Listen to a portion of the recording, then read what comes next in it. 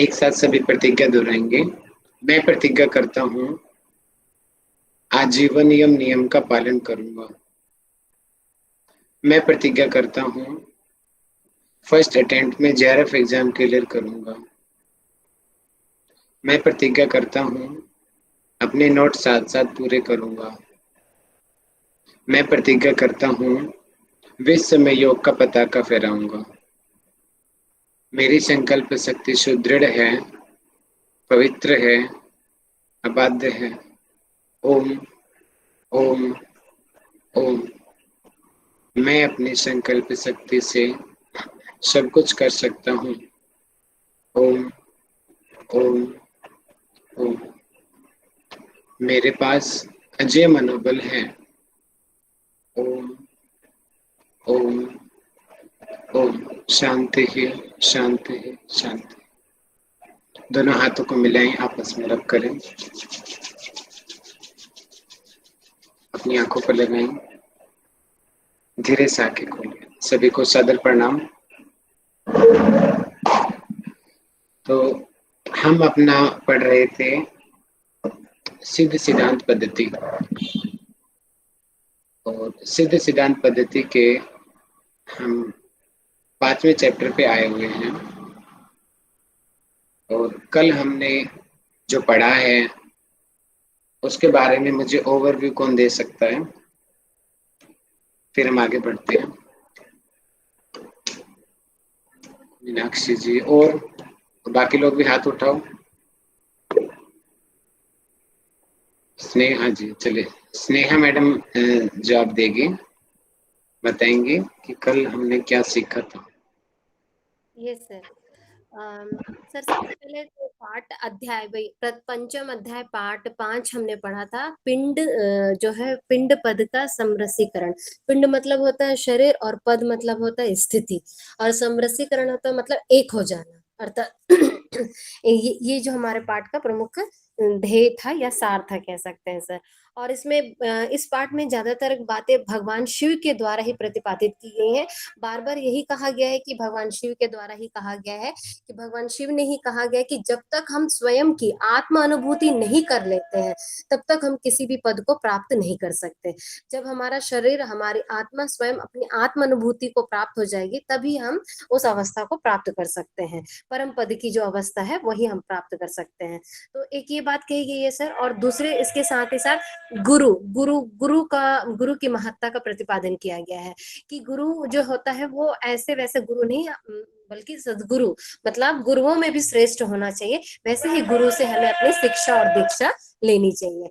और इसके साथ ही साथ इसमें सर एक निरुत्थान शब्द का भी प्रयोग किया गया है, कि हम निरुत्थान की दशा को किस तरह से प्राप्त कर सकते हैं। तो उसके लिए सबसे पहले आत्मानुसंधान करना है।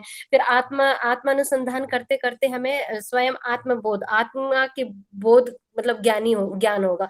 उसके बाद हमारे अंदर एक आवेश उत्पन्न होगा किसी भी कार्य को करने का। जैसे जैसे ये आवेश उत्पन्न होता है तो हम उस निरुत्थान की अवस्था को प्राप्त करते हैं। जब हम पूर्णतः निरुत्थान की अवस्था को प्राप्त करते हैं तो हमारे बीच में जो द्वैत की भावना होती है कि मैं और तुम अलग अलग की, वो परस्पर मिट जाता है और अद्वैत भाव जागृत हो जाता है सर।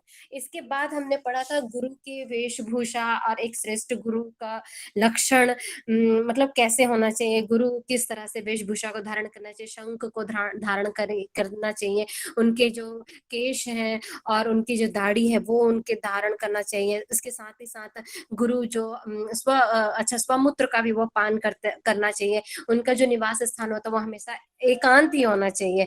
और इसके साथ ही साथ हाँ, भैरव की पूजा भी गुरु को करनी चाहिए, और संध्या समय में जो पूजा होती है उसे श्रेष्ठ माना जाता है। और इसके साथ ही साथ उनके वस्त्रों को भी बताया गया है कि वह कंबल जैसा कुछ धारण करे। बहुत बढ़िया स्नेहा जी, बहुत बढ़िया। इससे आगे मीनाक्षी जी मुझे बताएं। Thank you sir. क्योंकि वेश धारण, योग की परिभाषा और सहज, संयम, स्वपाय और अद्वैत के बारे में मीनाक्षी जी आप हमें बताओ। जी सर, मेरी आवाज आ रही है क्या आप सभी तक? आ रही है जी, बताइए। जी सर, इसमें वेश धारण का क्रम बताया था, तो उसमें फिर शंख बजाना, उन्होंने शंख धारण करते हैं, फिर श्रृंगी की ध्वनि करते हैं, फिर पैरों में खड़ाऊ पहनते हैं और अंग वस्त्र पहनते हैं जिसमें कंबर को जनरली वो यूज करते हैं। फिर विशेष छाता होता है और एक वेद का दंड, फिर कमंडल होता है और फिर उसमें भस्म से त्रिपुंड लगाने को बोला गया है। और हमें ये बताया गया है कि वेश जो है वो हमारे समाज में योगी की पहचान को या परिचय बताता है, इसलिए हमें ऐसा वेश पहनना चाहिए। फिर उन्होंने बताया है कि शिव जी ने बोला था कि सभी वेदों और स्मृतियों में योग मार्ग को श्रेष्ठ माना है। फिर इसके बाद योग की परिभाषा इसमें बताई गई है। मेनली इन्होंने ज्ञान को महत्व दिया है। उन्होंने बोला है स्वतः स्फूर्त ज्ञान, सत्संगति और तर्क से उत्पन्न जो ज्ञान होता है वो हमें परम पीर या परम पद की प्राप्ति कराता है या उससे जोड़ता है, उसे हम योग कहते हैं। फिर इसमें बताया था हमारे साधना क्रम के 4 सोपान बताए थे, जो था हमारा सहज, संयम, सोपाय और अद्वैत। तो सहज है सबसे पहले, जिसको हम आत्म भाव कहते हैं, आत्मबोध। फिर उसके बाद संयम था, जिसमें अपना निग्रह करने को बोला गया है, संयम करना। फिर सोपाय में बताया गया मैं स्वयं शिव स्वरूप हूँ, ऐसा भाव रखना सोपाय कहलाता है। फिर अद्वैत है, जिसे हम परम पद कहते हैं। उन्होंने बोला था कि इन चारों की प्राप्ति केवल हमें गुरु के उपदेश से ही मिल सकती है, वो भी गुरु सदगुरु होने चाहिए। तो यहाँ तक हमने पढ़ा। बहुत बढ़िया। और एक छोटी सी चीज छूट गई है कि किन लोगों को परम पद नहीं प्राप्त होता, और जो योगी होता है, सिद्ध योगी, उसके क्या लक्षण होते हैं, ये चीज छूट गई है। कौन बताएगा मुझे?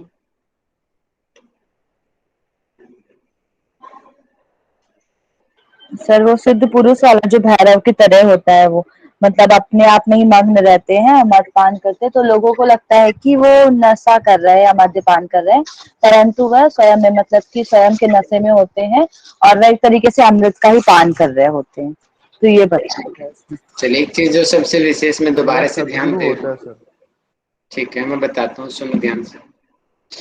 पहली बात की जो विशेष जो आप लोगों को उलझा सकती है पेपर में, कि समाधि अवस्था से, ध्यान से, प्राणायाम से क्या हमें परम पद मिल जाएगा, तो यहाँ पे स्पष्ट उसको डिनाई किया, मना कर दिया। बिना सदगुरु की कृपा के अगर हम समाधि में भी चले जाते हैं तो भी हमें परम पद नहीं मिलेगा। इस बात का विशेष आप ध्यान रखेंगे। और इसके अलावा बताया गया है कि जो योगी होगा भैरव की तरह क्रिया, जो अपनी क्रिया एक्टिविटी करेगा, इस तरीके से इस शब्दावली का वर्णन यहाँ पे हमें मिलता है। और आज हम इससे आगे बढ़ते हैं, क्योंकि जो है 12 वर्ष को सर्वोत्तम माना गया है। हर जगह पे हम देखते हैं कि 12 वर्ष में जो सिद्धि है पूरी हो जाती है। हम हठ योग पर दीपिका में भी देखते हैं कि 12 वर्ष जो है सिद्धासन अगर लगा लेते हैं तो निष्पत्ति अवस्था की में प्राप्ति हो जाती है। और इसके अलावा हम कहानियां सुनते हैं कि गोरक्षनाथ जी की कहानी हम सुनते हैं। वो जंगल में रहते थे, वो उनको लस्सी वगैरह दी जाती थी, तो लेकिन वो लस्सी और रोटी को एक पेड़ में रखते थे। आप लोगों को कहानी याद होगी, वो भी 12 वर्ष की उनकी तपस्या थी। और एक दूसरी कहानी के अनुसार अगर मैं बात करता हूँ तो जो वो गोरखनाथ की थी, वो थोड़ी मैं कोरिलेट नहीं कर पा रहा हूँ इस चीज को, लेकिन वो 12 वर्ष की ही तपस्या थी वो। और मत्स्येंद्र नाथ जी, आपको याद होगा तो कैसे गोरखनाथ जी का जन्म होता है, वो कहानी उसकी। तो मत्स्येंद्र नाथ जी एक उसको लेडी को एक विभूति देते हैं कि वो लड़की, उनको संतान नहीं होती है उस लेडी को। तो 12 वर्ष के बाद में मत्स्येंद्र नाथ जी वापिस आते हैं और बोलते हैं कि जो मैंने आपको बताई थी मेरी संतान, वो कहाँ पर है? तो कहती थी मैंने तो उसको गोबर में फेंक दिया था। तो बोले कि बताओ कहाँ है वो गोबर? तो उस गोबर को हटाया जाता है, तो वहां से बच्चा निकल के आता है। तो मतलब तो उससे उसका नाम गोरखनाथ वहां पे पड़ा था। तो वो भी 12 वर्ष की तपस्या थी। और भी हम कहानी देखते हैं कि एक जो शिव पुराण में भी एक कहानी आती है उसके, जब वो शिव जी जो हैं अमर कथा सुनाते हैं पार्वती को, तो सबको भस्म कर देते हैं आसपास में, लेकिन पार्वती के साइड में एक छोटा सा अंडा होता है, उसके नीचे वो बार बार में वो कार्य बढ़ता है, जिसकी वजह से वो अमर सुन लेता है उस कथा को, शिव जी की कथा को। और जब शिव जी को पता चलता है कि वो जो है इसने सुन लिया, ये तो अमर हो जाएगा, और अमर हो जाएगा तो ये तो सृष्टि के नियमों के विरुद्ध हो जाएगा। तो वो पक्षी भागता है उड़ता हुआ और व्यास जी की पत्नी के मुंह में चला जाता है वो। ऐसी कहानी में आता है वो। तो शिव जी उसको मार नहीं पाते हैं और वो अमर हो जाता है। ऐसी कहानियों में मैंने भी सुना है बहुत ही। तो वो भी 12 वर्ष तक पेट में तपस्या करता है। तो 12 वर्ष का बहुत महत्वपूर्ण सिद्धांत रहा है किसी भी सिद्धि को प्राप्त करने का। हम जिस भी साधक को देखते हैं, सभी साधकों की हम साधना देखते हैं, 12 वर्ष हमें कॉमन मिलता है। अगर साधना में हमें पूर्ण होना है तो कम से कम 12 वर्ष की सिद्धि होती है। तो आज जो है 12 वर्ष की सिद्धि में जो अलग अलग साल के अंदर जो परिवर्तन आते हैं, उसको हमें पढ़ना है पंचम अध्याय के अंदर। तो आप बताएंगे क्या मेरी स्क्रीन आप लोगों को विजिबल है?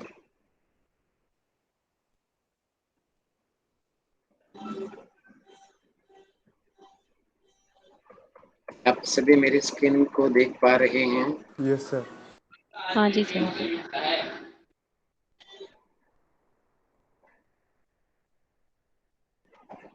तो जो मैंने कहानियां सुनाई थी वो इस बुक में नहीं है। वो मैंने आपको समझाने की दृष्टिकोण से बताई थी कि 12 वर्ष का कितना महत्व होता है। आधी चीजें मैं बाहर की बताता हूँ, तो उन चीजों को डिफरेंस रखा करो आप सभी, ठीक है? यानी कि परम पद, यानी कि जब हमें श्रेष्ठ पद को प्राप्त करना है तो उसमें 12 वर्ष यहाँ पे सामान्य बताया गया है। और जैसे कि आज हम अभी योग साधना करेंगे तो 1 साल बाद क्या रिजल्ट आएगा, 2 साल बाद कैसे हमें पता चलेगा कि हमारी सिद्धि हो रही है। ऐसे ही उसमें योग बीज ग्रंथ में भी आपने पढ़ा होगा। योग बीज ग्रंथ में भी स्पष्ट लिखा हुआ है कि आपको सिद्धियां आ रही हैं, इसका मतलब आपकी साधना सही जा रही है। वहां पे ऐसी लाइनें मिलती हैं हमें। तो ये सिद्धियां ये बताती है कि आपकी साधना सही जा रही है। लेकिन हमें उन सिद्धियों के चक्कर में आना नहीं है। लेकिन सिद्धि आना, इसका मतलब आप बिल्कुल सही हो, आपकी योग साधना बहुत अच्छे लेवल पे है और उसको कंटिन्यू बना के रखो और उन सिद्धियों के चक्कर में मत आओ। इसका मतलब ये है। अब देखिए पहले साल, यानी कि पहले साल में योगी क्या होगा, याद रखेंगे, निरोगी हो जाएगा, अर्थात सभी रोगों से मुक्त हो जाएगा, सर्व लोकप्रिय, सब उसे जान जाएंगे। जैसे बाबा रामदेव जी हैं, सर्व लोकप्रिय, हर कोई उनको जानता है, सभी उनके दर्शन करना चाहेंगे, सभी लोग उनसे मिलना चाहेंगे। ऐसा 1 साल में ऐसी साधना हो जाएगी कि पूरा संसार उसको जान जाएगा। दूसरे साल क्या होगा, कृतार्थ, अर्थात उसकी जितनी भी इच्छाएं हैं वो पूरी हो जाएंगी और सभी वेद शास्त्रों का वक्ता अर्थात जानने वाला वो हो जाएगा। तीसरे साल में कहा गया कि उसका शरीर ही दिव्य हो जाएगा, अर्थात अद्भुत ओज, अद्भुत तेज उसके शरीर से निकलेगा। सांप, बाघ या और भी कोई भी जंगली जंतु है, वो उसको कष्ट नहीं पहुंचा सकते, अर्थात उसका नुकसान नहीं कर सकते, उसको मार नहीं सकते, ऐसी उसके शरीर का सामर्थ्य हो जाता है। तो ये तीसरे साल में ये शक्ति पैदा होती है। चौथे साल के अंदर भूख, प्यास, नींद, सर्दी, गर्मी, यानी कि जितने भी जो बाहरी, जो हम जिसकी वजह से हम इनको बोलते हैं द्वंद्व बोलते हैं। और अष्टांग योग में आसन का लाभ बताया गया है कि तत्व द्वंद्व भी कहते हैं कि आसन का अभ्यास करने से द्वंद्व नहीं सताते। द्वंद्व यही है, भूख, प्यास, निद्रा, सर्दी, गर्मी आदि। तो यहाँ पे 4 साल में ये बताया गया है कि 4 साल की जब हमारी साधना हो जाएगी, हम सही डायरेक्शन में हम जब साधना कर रहे होंगे अच्छे गुरु के निरीक्षण में, तो भूख, प्यास, नींद आदि इस चीजें क्या होती है, सब कम हो जाती है। इनसे समस्या नहीं होती उस साधक को। 5वें वर्ष में वाक सिद्धि आ जाती है। वाक सिद्धि का अर्थ मुझे आप में से कोई बताएंगे? ये पहले भी कई बार आ चुके हैं, वाक सिद्धि। और जो बोल देते हैं ना वही सत्य हो जाता है, जैसे मुंह से जो बोल वेरी दिया होगा। गुड। वाक सिद्धि और किस ग्रंथ में बताई गई है? पतंजलि में सर। नहीं, डायरेक्ट नहीं, वहां पे इनडायरेक्ट बताई गई। डायरेक्ट कहाँ बताई गई है ये बताओ? योग बीज में। योग बीज में तो मुझे थोड़ा डाउट है, वहां पे है क्या? किसी को कंफर्म हो तो बताइए, योग बीज में वाक सिद्धि है? तो इस चीज पे आप सभी वर्क करेंगे। मैं आप लोगों से कल पूछूंगा कि वाक सिद्धि किन किन ग्रंथों में है, आप सभी इसको पहचान के मुझे कल बताएंगे। त्रिशिकों में दिया हुआ इसका वर्णन। Very good. त्रिशिको ब्राह्मणोपनिषद में है। और योग दर्शन में जो सत्य का जो लाभ है ना, वो वाक सिद्धि ही है, लेकिन वो इनडायरेक्ट दिया, डायरेक्ट नहीं दिया गया। वहां पे बताया ना, सत्य प्रतिष्ठायाम क्रियाफल आश्रितम, कि जो भी कहेगा वही हो जाएगा सत्य बोलने वाला, तो वो भी वाक सिद्धि ही है। अगर मैंने श्राप दे दिया तो श्राप सिद्ध हो जाएगा, मैंने आशीर्वाद दे दिया तो वो आशीर्वाद वरदान बन जाएगा, जो हम बोलेंगे वही हो जाएगा। इसका मतलब ये 5वें साल होगा। और पर काया प्रवेश, कि दूसरे के शरीर में भी प्रवेश किया जा सकता है। शक्तिमान में आप सभी ने देखा होगा, शक्तिमान में जब महागुरु उसको सत्य को, यानी कि सत्य जो शक्तिमान का पूर्व जो जन्म होता है उसको ध्यान करवा रहा होता है, उसको सिखा रहा होता है पर काया शरीर में कैसे वेश किया जाता है। सामने डेड बॉडी रखते हैं और वो अपने आत्मा को निकाल के उस डेड बॉडी में डालता है, वो डेड बॉडी जिंदा हो जाती है। और बाद में सत्य को बोलते हैं कि आप ऐसा करो, वो भी कर लेता है। दूसरी तरफ से जो तमराज किल्विस होता है, जिसको वज्रबाहु कहते हैं, वहां पे जो शैतान होता है वो भी सीख लेता है। और एक समय होता है कि जब उसका गुरु अंतरिक्ष में भ्रमण कर रहा होता है तो वो उसके शरीर में आ जाता है और उसके शरीर से फिर वो जो उनका मेन जो वहां पे है उस चीज को छीन लेता है उसके गुरु के शरीर में आकर के। मतलब कि दूसरे के शरीर में प्रवेश भी किया जा सकता है। ये सिद्धि, इसको पर काया शरीर प्रवेश बोलते हैं। छठे वर्ष के अंदर शस्त्र नहीं काट सकते उसको, और वज्रपात उसको हानि नहीं पहुंचाता, कोई भी शस्त्र उसको नुकसान नहीं कर सकते। छठे वर्ष के अंदर ये सिद्धि आ जाती है। 7वें वर्ष में वायु वेगी, अर्थात वायु के समान वेग युक्त गति, आप ये लगा लो हनुमान की तरह हो जाओगे, जब चाहोगे जहां चाहोगे वहीं पहुंच जाओगे। और क्षिति त्यागी, क्षिति का अर्थ होता है पृथ्वी, मतलब कि वो हवा में उड़ जाएगा। हवा यानी कि धरती पे रखना उसके लिए मजबूरी नहीं होगी। हमारा मजबूरी है, हम धरती के बिना हम जीवित नहीं रह सकते क्योंकि हम स्थल पे रहने वाले प्राणी हैं। लेकिन ये योगी क्या होगा, ये पृथ्वी से इसका स्पर्श आवश्यकता नहीं है, इसकी इच्छा पे निर्भर करता है, ये वायु में भी रह सकता है। दूरदर्शी, दूर के दृश्यों को देखने में समर्थ, यहाँ बैठा ही अमेरिका में क्या हो रहा है वो देख लेगा, पार्लियामेंट में क्या चल रहा है एक जगह पे बैठा ही। दूर दृष्टिकोण, जैसे उसको मिली थी ना रामायण में, क्या नाम है रामायण में, वो समुद्र के पास जाते हैं, जटायु का जो भाई होता है, उसको दूरदृष्टि मिलती है, होती है, वो एक जगह बैठ के दूर देख लेता है कि संजय को महाभारत को संजय में, वो दिव्य दृष्टि है मैडम, वो दिव्य दृष्टि है। और ये क्या है, यहाँ पे क्या बात हो रही है, दूरदृष्टि, पापी सर। दूरदर्शी। ये दूरदर्शी ये सिर्फ देख सकता है, और दिव्य दृष्टि तो मानसिक अनुभूतियों का भी पता लगाया जा सकता है। तो दोनों में छोटा सा अंतर है। जैसे कि आप मुझे देख रहे हो दूर बैठे, अभी आप सिर्फ मुझे देख रहे हो, लेकिन जो दिव्य दृष्टि वाला है मेरे मन की गति को भी देख लेगा, मन के विचारों को भी पढ़ लेगा। ये छोटा सा अंतर है दोनों के अंदर, दिव्य दृष्टि और दूरदर्शी। ठीक है। 8वां वर्ष क्या है, अणिमा आदि जो अष्ट सिद्धियां हैं, कोई मुझे नाम बताओ अष्ट सिद्धियों के नाम। गरिमा, अनिमा, महिमा, महिमा, गरिमा, पराक्रम और इसी पश्चात इसी तो वशिष्ठ कर्म, प्राप्त, वशिष्ठ, अशिष्ट। वेरी गुड, बहुत बढ़िया। इस प्रकार ये 8 सिद्धियां होती है। ठीक है, करण से याद कर लेना जी, ये पेपर में आती हैं बहुत बार। और 9वें वर्ष में क्या होगा, वज्र का है, वज्र के समान वो शरीर दृढ़ हो जाएगा। देखिए पहले तो क्या था, वज्रपात, मतलब कि हम वज्र से प्रहार करेंगे तो उसके ऊपर असर नहीं पड़ेगा, और यहाँ पर है वज्र की तरह उसका शरीर ही वज्र हो जाएगा। छोटा सा अंतर है। खेचर, खेचर शब्द मिलता है हमें, और इसका अर्थ होता है आकाश में विचरण करने वाला। अब ये सिद्धि हमें एक तो यहाँ पे मिली है 7वें वर्ष में, और 9वें वर्ष में, दोनों में ध्यान रखेंगे, आकाश में विचरण करने वाला। और दिक्चर, दिक का अर्थ होता है दिशा, सभी दिशाओं में पहुंचने वाला, कभी भी कहीं भी पहुंच सकता है। 10वें साल पवनात वेगी, वायु से भी तीव्र हो जाएगा। बताएंगे सबसे तीव्र गति किसकी है?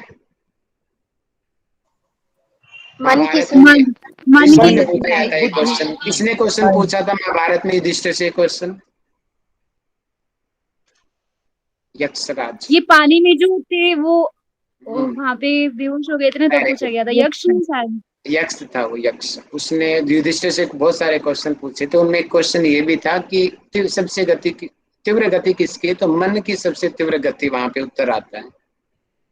तो ये पवन से भी तेज गति वाला हो जाएगा। पवन से तेज गति प्रकाश की होती है, और प्रकाश से फिर सबसे उससे भी ज्यादा गति जो होती है प्रकाश, ध्वनि की कम होती है, प्रकाश की ज्यादा होती है। ठीक है। और सबसे तीव्र फिर बाद में बात करेंगे, मन आएगा फिर। जहां चाहता है वही उसी क्षण पहुंच जाएगा। और 11वें वर्ष में क्या होगा? पूरी तरीके से सर्वज्ञ, हर चीज को जानने वाला सर्वज्ञाता वो हो जाएगा। जितनी भी सिद्धियां हैं समस्त सिद्धियां मिल जाएंगी उसको। और 12वें वर्ष में स्वयं वो शिव के समान हो जाएगा, कर्ता हर्ता, निर्माण करने वाला और संहार करने वाला, अर्थात पर ब्रह्म की तरह वो हो जाएगा 12वें वर्ष में। तो ये यहाँ पे स्थितियां बताई गई है। 12 वर्ष में जो योग साधक होता है उसको कैसी कैसी सिद्धियां मिलती है। इस प्रकार जो योगी है 12 वर्षों में अलौकिक शक्तियों से युक्त होकर तीनों लोकों में भैरव के समान पूजा प्राप्त करता है। जैसे कि भैरव देवता की पूजा होती है ना, उस योगी को भी उसी तरीके से पूजा जाता है। मतलब कि इतना सम्मानीय वो व्यक्ति बन जाता है कि उसकी पूजा भी करने लग जाते हैं लोग। आगे बताया गया कि गुरु के चरण कमलों से प्राप्त उपदेश को जीवन में धारण करने से समरस भाव रूप परम पद की प्राप्ति सहज ही हो जाती है। मतलब कि गुरु का उपदेश, परम गुरु बहुत जरूरी है, बिना गुरु के सदगति पाना असंभव है। अब ये परीक्षा की दृष्टि से बहुत जरूरी है जी आपके लिए। गुरुकुल संतान की 5 परंपराएं, तो मुझे भावना जी पढ़ के सुनाएंगी 5 परंपराएं कौन सी हैं? हाँ जी। 5 परंपराएं हैं गुरुकुल संतान की। आईनाथ की परंपरा, विलेश्वर की परंपरा, विभूति धारण की परंपरा, नाथ परंपरा और योगीश्वर परंपरा लास्ट। बहुत बढ़िया, बिल्कुल क्रम से आपको ये चीजें याद होनी चाहिए। पहले आईनाथ है, फिर विलेश, फिर वी भी 2 बार आ रहा है, विभूति नंबर 3 पे है। तो तीसरा पाद पतंजलि योग दर्शन का नंबर 3 पे है, तो यहाँ पर विभूति धारण भी 3 पे है। चौथा नाथ, आप ध्यान कर लो, है हठ योग पर दीपिका में जो नाद है हमें चौथे पाद में सुनाई देता है, और यहाँ पर नाथ है। और लास्ट में योगीश्वर अर्थात ईश्वर जो है सबसे अंत में ही होता है। और पहला आई, मैं ट्रिक बता रहा हूँ याद करने की, अभी याद आई है, पहले मैंने नहीं बनाई थी। आई बच्चे को पैदा करने वाली को दाई बोलते हैं, आई माँ को भी बोला जाता है। तो आई सबसे पहले, उसके बाद में विलेश्वर, फिर विभूति नंबर 3, नाथ नंबर 4 और योगेश्वर नंबर 5। तो इस तरीके से 5 परंपराएं होती हैं। और किसकी परंपराएं बताई गई है? ये गुरुकुल संतान की। गुरुकुल संतान की। ध्यान रखेंगे, गुरुकुल संतान की परंपरा। क्वेश्चन सीधा भी बनता है कि ऐसे किस ग्रंथ में गुरुकुल संतान की परंपरा बताई, तो क्या रहेगा? सिद्ध सिद्धांत सिद्धांत पद्धति। पद्धति। और कौन से अध्याय में बताई गई है? छठे अध्याय पांचवें में। अध्याय में। सॉरी, अरे 5वें अध्याय छठा में। कहाँ से आ गया? 5वां अध्याय है भैया। 5वां। शांत रहो, है मन को स्थिर रखो। वेग कुछ ज्यादा ही उठ गए, थोड़ा कंट्रोल करो वेगों को।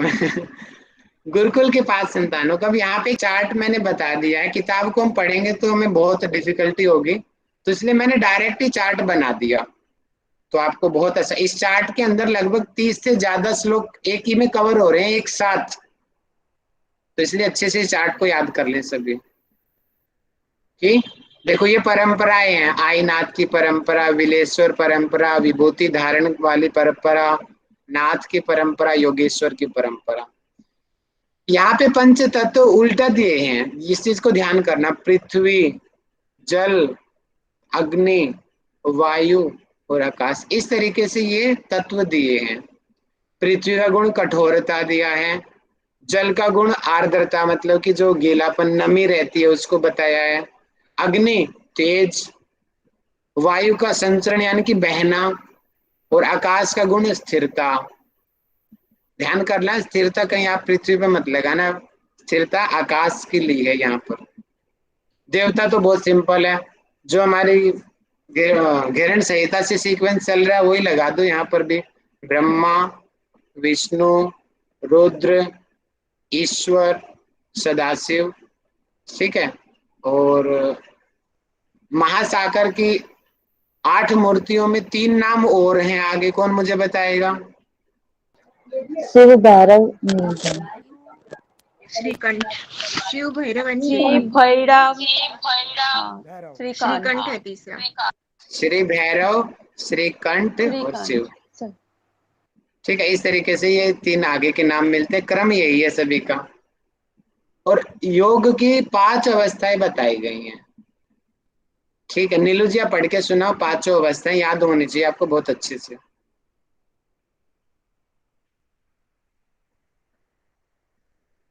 पहली अवस्था स्थूल अवस्था, दूसरी अवस्था सूक्ष्म अवस्था, तीसरी अवस्था कारण अवस्था, चौथी अवस्था तुरीय अवस्था, और पंचम जो अंतिम है तुरीयातीत सर्वश्रेष्ठ है, इससे ऊपर कोई अवस्था ही नहीं है। अवस्था का मतलब होता है स्थिति, लेवल, जैसे जिसको हम आधुनिक युग में बोलते हैं first division, second division, third division, merit, एक लेवल दिया जाता है ना, इसी तरीके से ये लेवल है, अवस्थाएं जिनको हम बोलते हैं।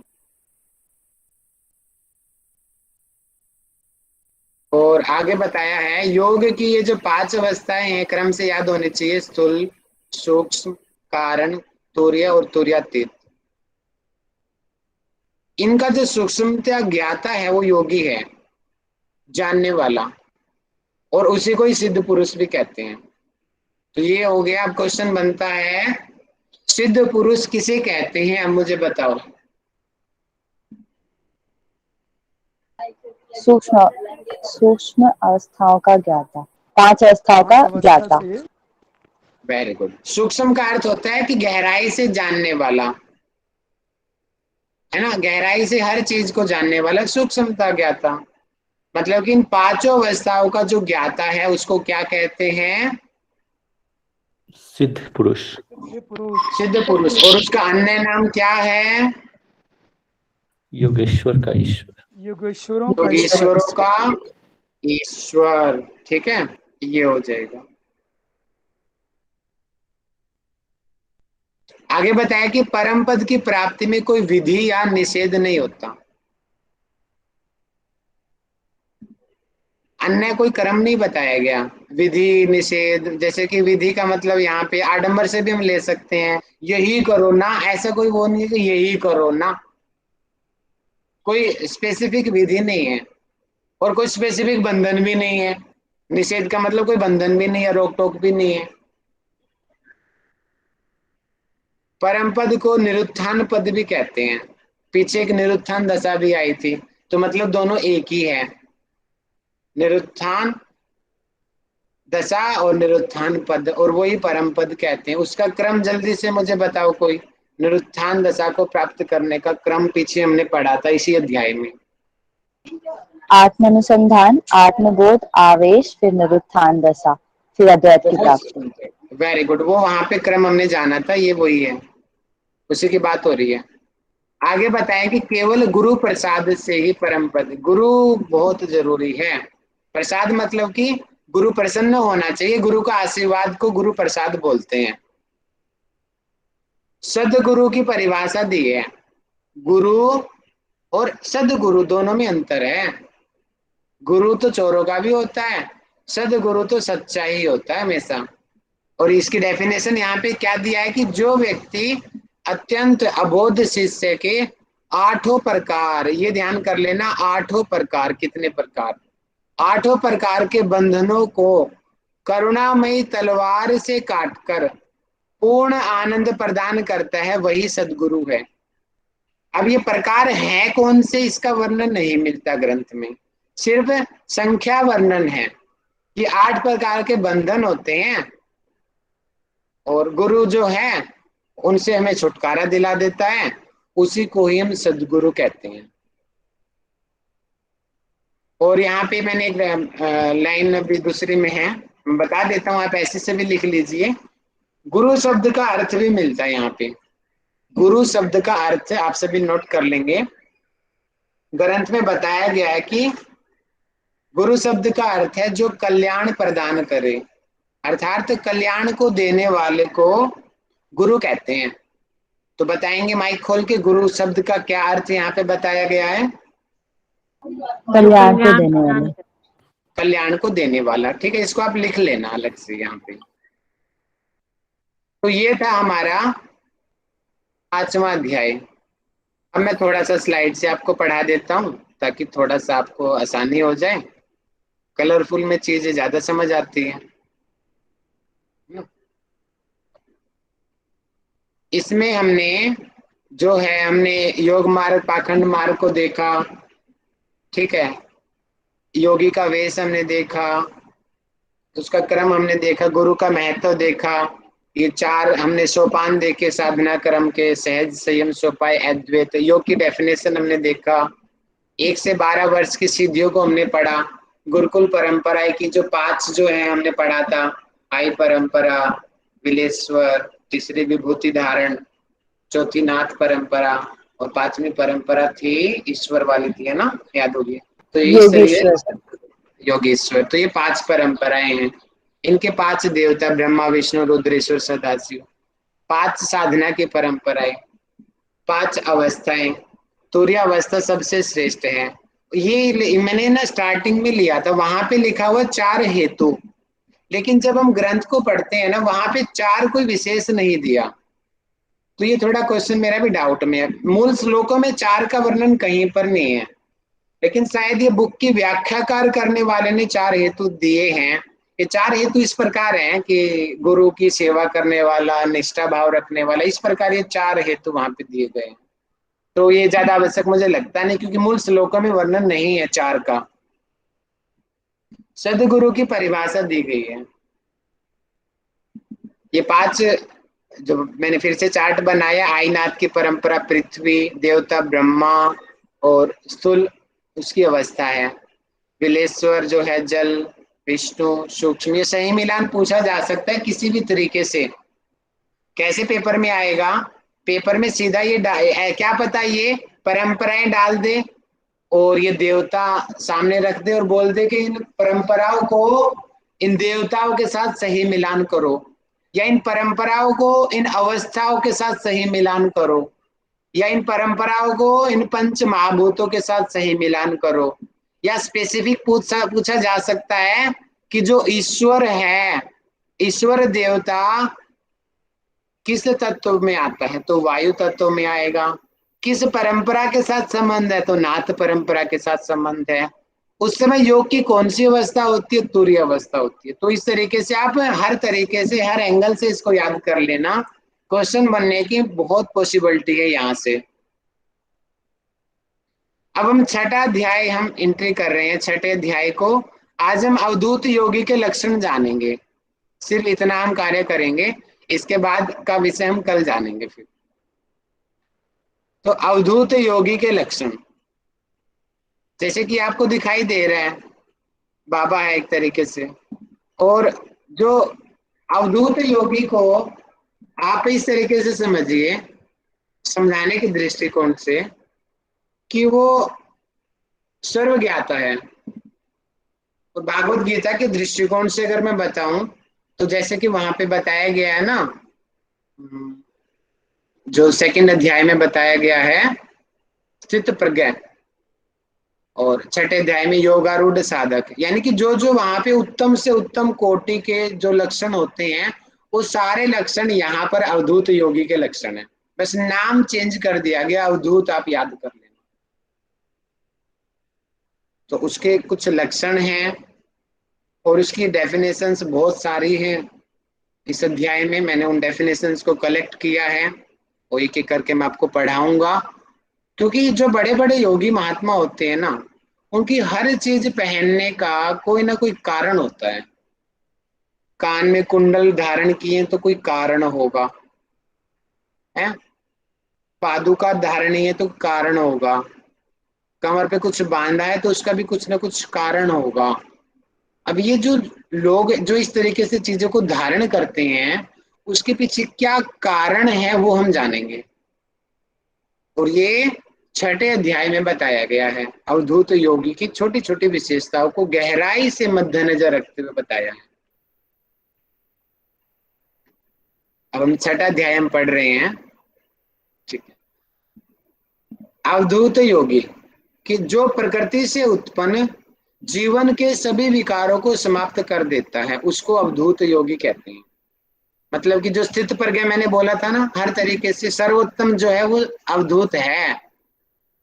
आगे बताया कि धातु पाठ में धुन कंपने धातु, ये धातु याद रखेंगे। धुन कंपने धातु है जिसका अर्थ होता है कापना या चला देना या दूर कर देना या फिर हटा देना।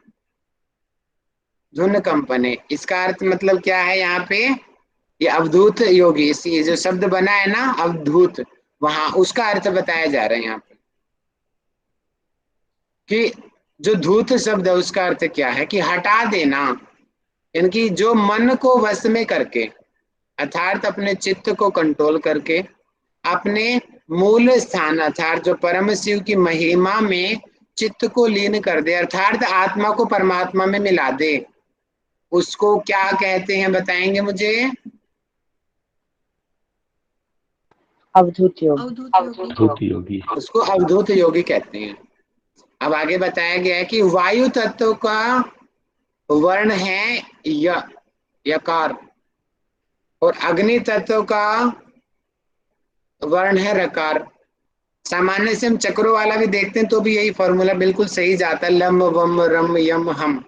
तो वहां पर भी मणिपुर चक्र में रह शब्द आता है अग्नि तत्व में, यानी कि वही चीज है यहाँ पर भी। और अनाज चक्कर में यह शब्द आता है वहां पर, और यहाँ पे वायु तत्व बिल्कुल सही है। इस तरीके से आराम से आप याद रख सकते हो इसको, वर्ण को। इन दोनों का सामरस्य अर्थात मिलन की चिद रूप ओमकार है। तो यहाँ पे ये चीज पूछी जा सकती है कि चित्त रूप ओमकार जो है किन तत्वों का मिलन है। तो किन तत्वों का आप नाम लेंगे यहाँ पर?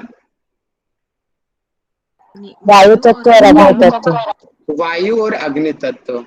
और अगर मैं आपको योग के दृष्टिकोण से इस चीज को समझाऊं तो आप इस तरीके से समझिए, जो गीता में तो अपान वायु कहा है, यहाँ पे नाभि की बात कही है तो समान वायु आप समझो, दोनों का मिलाना, वही तो कहा ना एक ही कार्य करना। तो आप इस तरीके से योग की भाषा में इस चीज को समझिए, उस वायु को मिला देना, उसी को यहाँ पे ओमकार कहा गया है।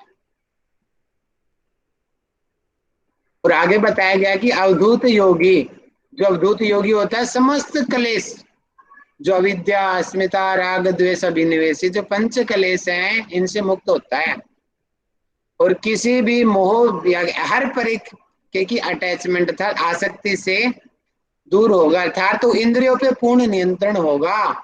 उसको इंद्रिय जय भी हम कह सकते हैं कि इंद्रियों पे विजय प्राप्त करने वाला। ये मैंने लिखा है सिर्फ मात्र समझाने की दृष्टि से, ग्रंथ में नहीं लिखा है ऐसा, मैंने लिखा है ये। जो योगारूढ़ साधक उसको हम स्थित अवधूत योगी समझ सकते हैं। तो जो जो वहां पे लक्षण वहां पे भागवत गीता में हमने पढ़े थे वो सारे लक्षण अवधूत योगी के होंगे। इस तरीके से आप रट्टा लगाने से बच जाओगे। अवधूत योगी शंख धारण करता है, हमने कल भी पढ़ा था, शंख धारण करता है। अब शंख का अर्थ क्या है यहाँ पे दिया गया है। शंख शब्द दो शब्दों से मिलकर बना है, सम और खम। सम का अर्थ होता है सुख और आनंद और खम का अर्थ होता है पर ब्रह्म। तो शंख का पूरा अर्थ क्या हुआ, इस परमानंद स्वरूप पर ब्रह्म रूपी शंख को अर्थात जो पर ब्रह्म में सुख पूर्वक रहने वाला, अर्थात उसका ध्यान करने वाला, उसको धारण करने वाला, धारण का मतलब अपने को शिव समझने वाला, अपने को पर ब्रह्म समझने वाला, उसको हम अवधूत कहते हैं। कोई मुझे बताएगा अवधूत का अर्थ क्या है? शंख का अर्थ क्या है? सुख सुख। और सम और खम। सम सम और खम, बहुत बढ़िया कुंदन। सुख पूर्वक पर ब्रह्म को परब्रह्म को धारण करने वाला ही शंख धारण है। शंख का अर्थ हुआ ये। अब आगे हर चीज का अर्थ आएगा। मुद्रा का अर्थ आएगा, मैंने बताया था कुंडल का अर्थ आएगा, पादुका का अर्थ आएगा, हर चीज का अर्थ आएगा। हमें वही चीज पढ़ना है और पेपर में पॉसिबिलिटी है इन चीजों को। अब जैसे कि पादुका है, बताओ पादुका को कहाँ यूज करते हैं? पादुका किसको पैरों बोलते हैं? पैर के लिए। चप्पलों को सामान्य भाषा में चप्पल बोलते हैं। वो पादुका लकड़ी की बनी हुई होती है। जैसे मृग चर्म, मृग चर्म ये जो है आसन के बैठने के लिए जो चीज यूज की जाती है। आजकल तुम योगा मैट बिछा लेते हैं। भागवत गीता में 3 चीज बताई गई है। क्रम से मुझे कोई बताएगा वो 3 चीज क्या है? मृगछाल, कृष्ण मृगचर्म और वस्त्र। कृष्ण मृगचर्म वस्त्र। हाँ, सबसे पहले बताया गया कुशा, कुशा, मृगछाल, और उसके बाद में जो रहता है सॉफ्ट, जो है मुलायम वस्त्र। तो 3 चीजें पेपर में पूछा गया था एक बार एक क्वेश्चन, इसका क्रम लगाओ। तो कुशा, मृगछाल और जो अंत में मुलायम वस्त्र। ये भागवत गीता में बताया 6ठे अध्याय के अंदर। तो मृगचर्म मतलब कि जो जिसके ऊपर बैठा जाता है। और शैली, अब शैली का अर्थ मुझे ठीक से नहीं पता, शायद इसको पहनने वाले कोई माला उला कहते हैं, ऐसे कुछ है। ठीक है, पहनते हैं। अच्छा, इसको यहाँ पे आएगा पहनते हैं। मैं एक बार कल कंफर्म कर दूंगा, इस पे शायद थोड़ा डाउट में है। पहनते आएगा, हाँ, ये मेरे से लिखने में गलती हुई है, पहनते होगा, ये पहनते हैं। ठीक है, तो पादुका का अर्थ है, देखिए पादुका का मैंने बताया था ना, हर चीज का अर्थ होता है। इसका अर्थ है परम पद के ज्ञान का प्रतीक है। जो पादुकाएं हैं वो ज्ञान का प्रतीक है। मृग चर्म वो महावर्त का प्रतीक है। शैली लोकोत्तर परम ज्ञान का प्रतीक है। अर्थात ये है परम ज्ञान, लोकोत्तर मतलब कि आम जनमानस का जो ज्ञान होता है, और पादुका परम पद की बात हो रही है, अर्थात जो पर ब्रह्म का जो ज्ञान है। इसको हम पराविद्या, अविद्या और अपराविद्या से कोरिलेट करके समझ सकते हैं। कठोपनिषद में इसका वर्णन मिलता है। पराविद्या कौन सी है? जो परे है। अपराविद्या कौन सी? जो सांसारिक है। वहां पे नचिकेता पूछता है ना कि मुझे पराविद्या का ज्ञान दो। यमराज बोलता है अपराविद्या का ज्ञान ले लो, मुझसे शंख ले लो, 100 वर्ष की आयु ले लो, हर तरीके के ऐशो आराम ले लो। यानी कि जो सांसारिक विद्या है उसको अपरा विद्या बोलते हैं, और जो परे विद्या, जो पर ब्रह्म की विद्या होती है, उसको परा विद्या बोलते हैं। तो यहाँ पे लोकोत्तर है, ये अपरा विद्या से हम समझ सकते हैं इसको, ये शैली से हम प्राप्त करते हैं। अवधूत योगी मेखला धारण करता है, और मेखला को कमर में कुछ बांधा जाता है, कमर पट्टी जो होती है उसको बोलते हैं। अब उसका अर्थ क्या है? और आसन के लिए कट या चटाई का प्रयोग करता है।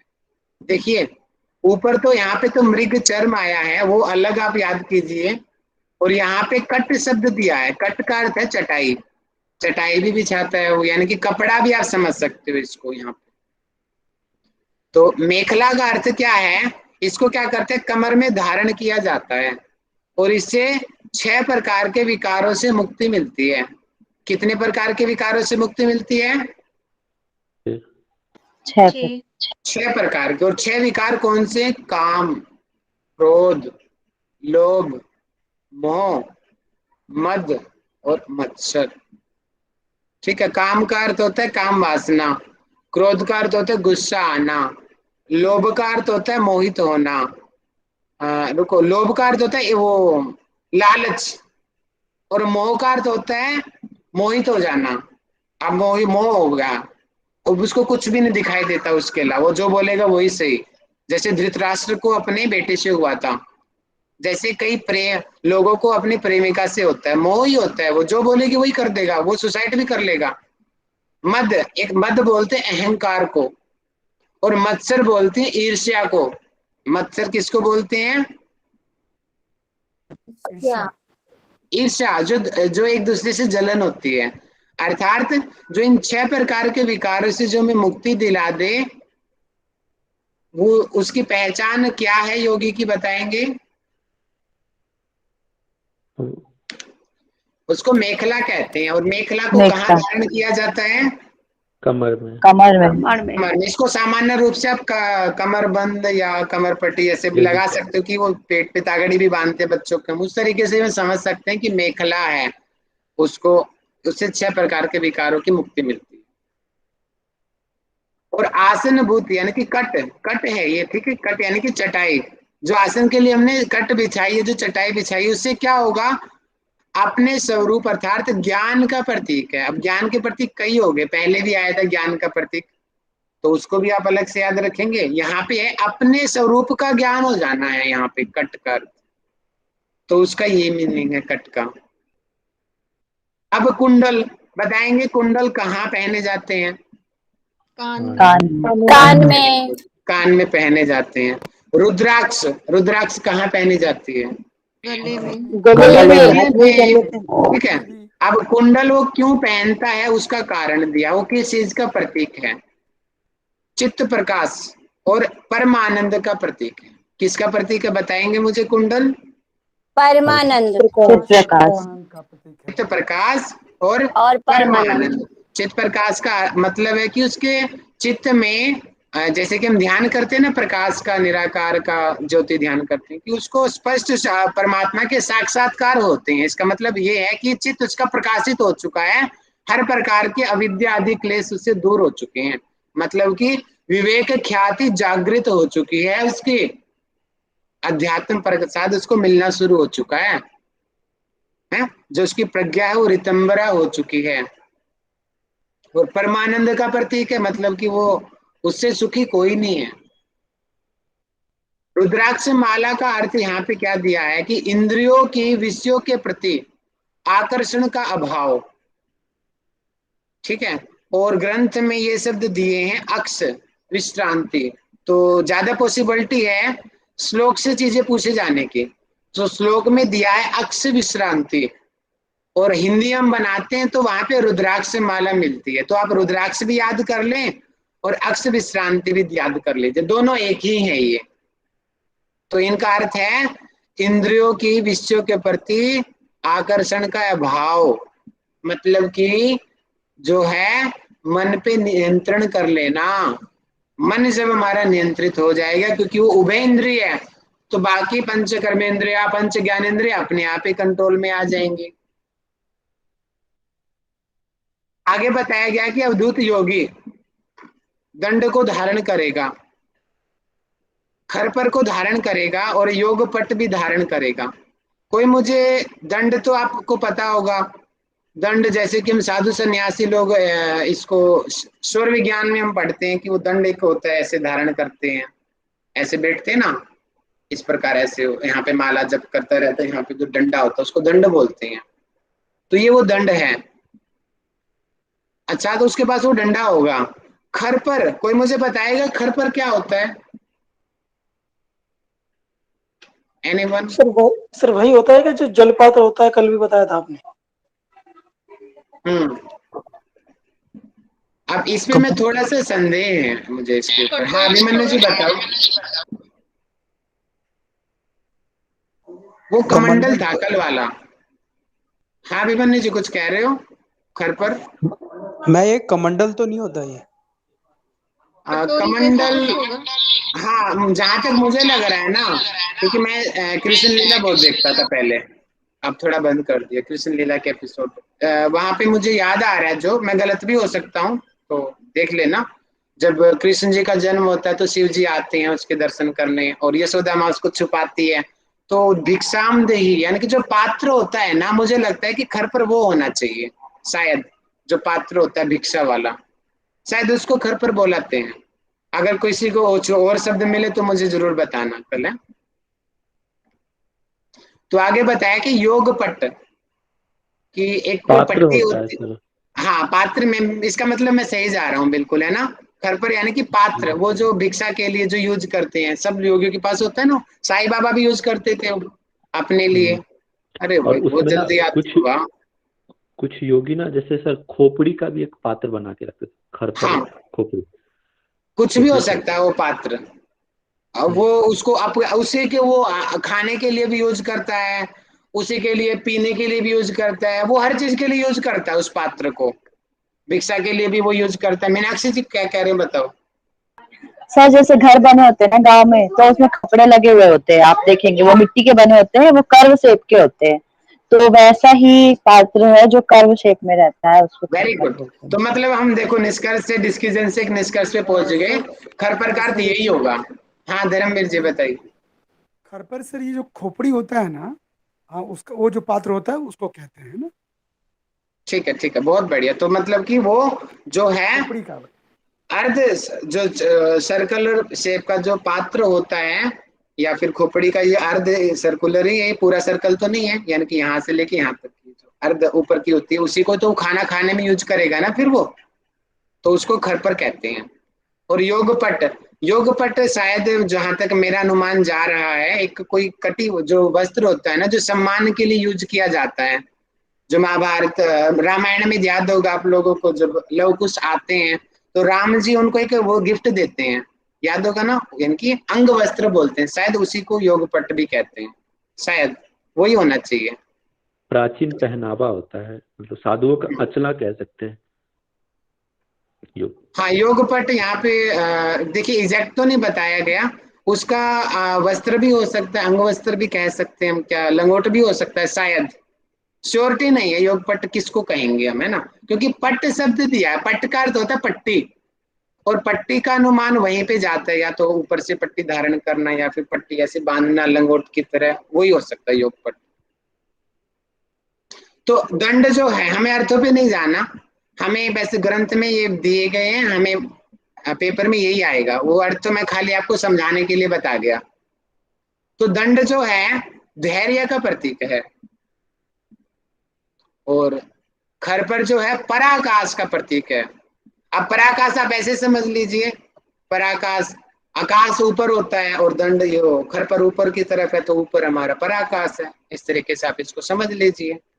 और योगपट जो है निजा शक्ति का प्रतीक है, और निजा शक्ति अनामा शक्ति को हमने कहा था निजा शक्ति। तो हमारा ये पूरा हो ही गया, आप 2 मिनट और संयम बना के रखिए। जो योगी द्वैत भाव और अद्वैत भाव, अर्थात दो का भाव है ये एक है, इस चक्कर में लोग उलझे रहते हैं, जो उसको मिटा दे पूरी तरीके से, और पर ब्रह्म में मैं ही भगवान हूं, मैं ही शिव हूं, इसमें इस निष्कर्ष पे पहुंच जाए, उसको अवधूत योगी कहते हैं। अवधूत योगी, खेचरी मुद्रा का नाम तो नहीं मिलता, मैं पहले ही कह रहा हूं, ग्रंथ में नाम नहीं मिलता है, लेकिन जो तरीका बताया गया है वो खेचरी मुद्रा की तरफ ही बताया गया है, कि अमृत का पान करने वाला, और अमृत का पान जो होता है वो खेचरी मुद्रा से ही किया जाता है, तो वो अवधूत साधक के लक्षण हैं। वज्र के समान जिसकी शक्ति हो, चिंतन से परे है, वो अचिंतनीय है, वो अवधूत है। और आगे बताया गया है कि अब यहाँ पे आप साईं बाबा को समझिए, साईं बाबा का सीरियल आपने देखा होगा, कभी बिल्कुल महात्मा बन जाएंगे, कभी पागल बन जाएंगे, कभी भिखारी बन जाएंगे, कभी गुरु बन जाएंगे, कभी उनको कुछ नहीं पता, ऐसे वो बन जाएंगे, कभी मिट्टी का शरीर बना लेंगे, कभी कपड़ों को फाड़ लेंगे, कभी नग्न अवस्था में रहेंगे, कभी पूर्ण ज्ञानी बन जाएंगे। ये समस्त गुण जो हैं अवधूत योगी के हैं। यहाँ पे वही कहा है कि कभी वो गृहस्थ की तरह व्यवहार करेगा, कभी पूर्ण योगी की तरह व्यवहार करेगा, कभी पिशाच की तरह नंगा हो जाएगा, बिना कपड़ों के भी रहेगा वो, कभी राजा की तरह हो जाएगा, बहुत ही सज धज के रहेगा, कभी बिल्कुल ही उपदेशक गुरु अर्थात श्रेष्ठ गुरु की तरह व्यवहार करेगा, ये सारे के सारे गुण अवधूत योगी है, तो अवधूत योगी कोई भी हो सकता है इनमें।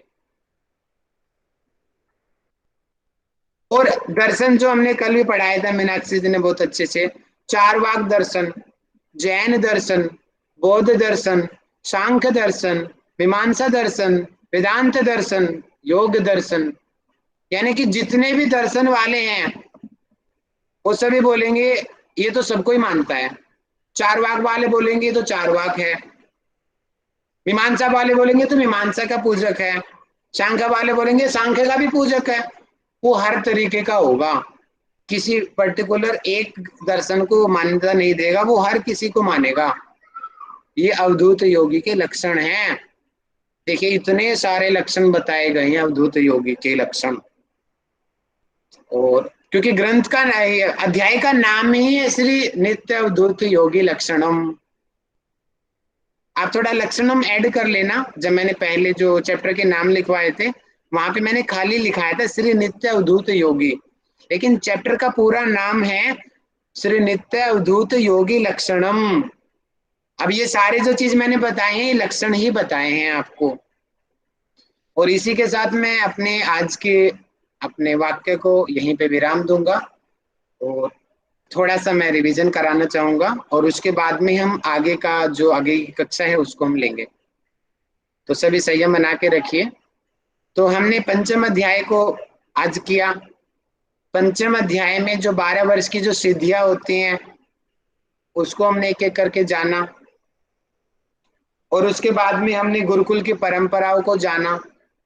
गुरुकुल की परंपराएं 5 होती हैं, उनका पंच महाभूतों के साथ संबंध है? उसके पंच देवता होते हैं, उनके 5 गुण होते हैं, और 5 जो है योग की अवस्थाएं बताई गई है। इस प्रकार सदगुरु को हमने जाना। गुरु की परिभाषा जो कल्याण देने वाला है वो गुरु है। सदगुरु जो समस्त कलेशों से मुक्ति करा दे, परमानंद तक मिला दे, वो सदगुरु है। तो ये हमने पंचम अध्याय में पढ़ा। अब षष्ठम अध्याय में, छठे अध्याय में हमने सिर्फ अवधूत योगी के लक्षणों को हमने जाना कि अवधूत योगी क्या होते हैं, कि सबसे भिन्न होते हैं, स्थित प्रज्ञ और योगारूढ़ साधक की तरह होते हैं। ठीक है, वहां पे धूत में जो धूत धातु है उसमें धुन का अर्थ वहां पे लिखा था, जो हटा दिया था, जो अपने मन से हर प्रकार की वृत्तियां दूर कर दें, वो अवधूत है। और अवधूत पूर्ण ज्ञानी है, सर्वज्ञ है। जो भी चीज उसके अलग अलग चीजों को बताया गया है। कुंडल का अलग अर्थ बताया है, कमर पे बांधने वाला अलग बताया गया है, योगपट अलग बताया गया है, उसका चरण पादुका अलग उस चीज को विशेषता बताती है, रुद्राक्ष अलग चीज को वर्णन करते हैं। तो इसकी अलग अलग जो चीजें हैं उनकी हमने पढ़ा। तो अब मैं थोड़ी सी क्वेश्चनिंग करूंगा, और उसके बाद में मैं अपनी कक्षा को पुष्पा जी को आगे दे दूंगा। तो 5 मिनट हम क्वेश्चनिंग कर लेते हैं, तब तक हम रिकॉर्डिंग भी ऑफ कर लेते हैं। ठीक है, तो सभी तैयार हैं? सभी